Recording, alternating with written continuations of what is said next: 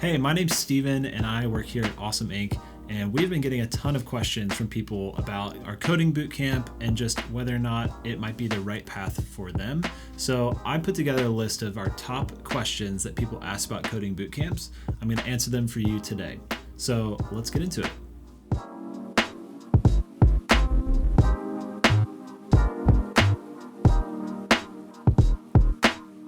This is a great question and probably the one we get number one out of all.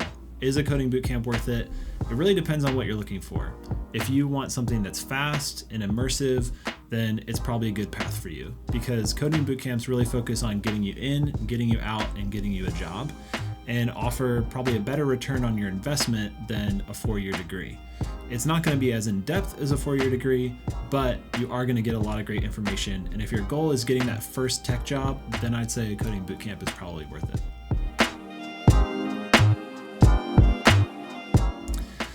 Coding bootcamps probably will be pretty tough. I can speak about ours and say that it's really intense and it's really fast-paced, but that's designed so that you can get in and get out as quickly as possible. Ours is full-time, and we tell people that it's probably going to be all you're thinking about for the time that you're in that bootcamp. So most bootcamps are hard, but that's a good thing. Usually hard things are worth it. Yeah, that's a great one. A lot of people think that math is absolutely all you need to be good at coding, and it's important for some pieces of it, and there are specific coding languages where it's more important and some where it's less, but you don't need to be great at math to be good at coding. So I've seen in our bootcamp that there are a lot of people who are more creative or artistic, musical, all kinds of different people who are still really good at coding without having a good foundation in math. Our instructor of the bootcamp actually came from an arts background himself. So if that tells you anything, it's not something that you absolutely need.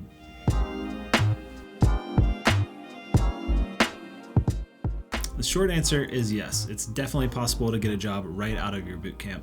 Sometimes we have people who have gotten a job even before they've finished with the bootcamp. The primary goal of any program that you do should be to prepare you with skills that can get you a job quickly. So in most programs, you're going to build up a portfolio of work.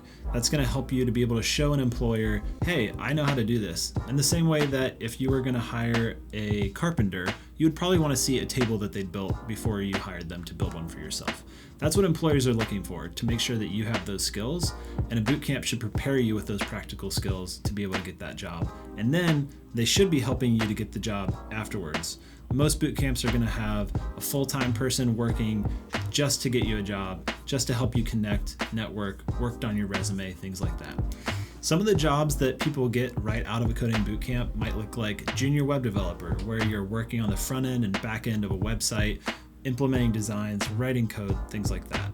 You could also be a quality assurance where you're checking out code for people. You're looking at the code that somebody else on your team has written and you're making sure that there's no bugs or anything like that. There are a lot of different titles like web developer, software engineer, full stack developer, mobile app developer, UX UI developer. All of these things kind of work within the same realm, but have a few different day-to-day tasks. But any of those roles are ones that you could end up in after bootcamp. This is a great question and definitely something you should be considering when you're looking at a career switch. How much am I going to make when I get this job? The average salary across the United States, and this is US News' information, is $120,000 a year for a developer. That can range quite a bit. That's the average, but starting out as a junior developer, you might make anywhere from 50 to 60. And it also matters a ton where you're located. On the coast, you're going to be making more. Where we're located in Kentucky, you probably will start out about $55K as a junior. After you grow a little bit and get some more experience, you can definitely expect in a few years to see that rise up into the 6 figures. And depending on how big the company you're working at is, that could really rise even higher up into those 6-figure numbers. So the range is pretty wide, but on average, about 100 to 120K. There are so many different resources, so many places to learn and types of coding languages that you can start with. So it really depends on what your goals are and what type of applications or websites or things that you want to build. So I'm going to look at this list over here and kind of run down some of the options that you've got and talk about some of my favorites that you could probably start with. Number one, JavaScript. JavaScript is a really robust language. It's used primarily for web development. designing kind of the front end of what a website looks like. When you click that button on a page that pops up a like, that was used with JavaScript. Another really important one is Python. You're going to hear about Python a ton because it's used all over the place. It's simple, it's readable, and it's really good for beginners. There's a lot of different things you can do with Python. Aside from that, we've got HTML and CSS. These aren't really programming languages per se. They're more markup languages used for the foundations of a website. So the reason that it looks the way it looks and it's formatted how it is because of HTML and CSS. You're definitely going to want to learn these quickly. Also, we've got Java, not JavaScript, just Java, and it's very widely used. It's versatile. It's a great one to start with. It's a little bit lower on the list. I would use some of those others first, but definitely want to explore Java as you go. And then C#.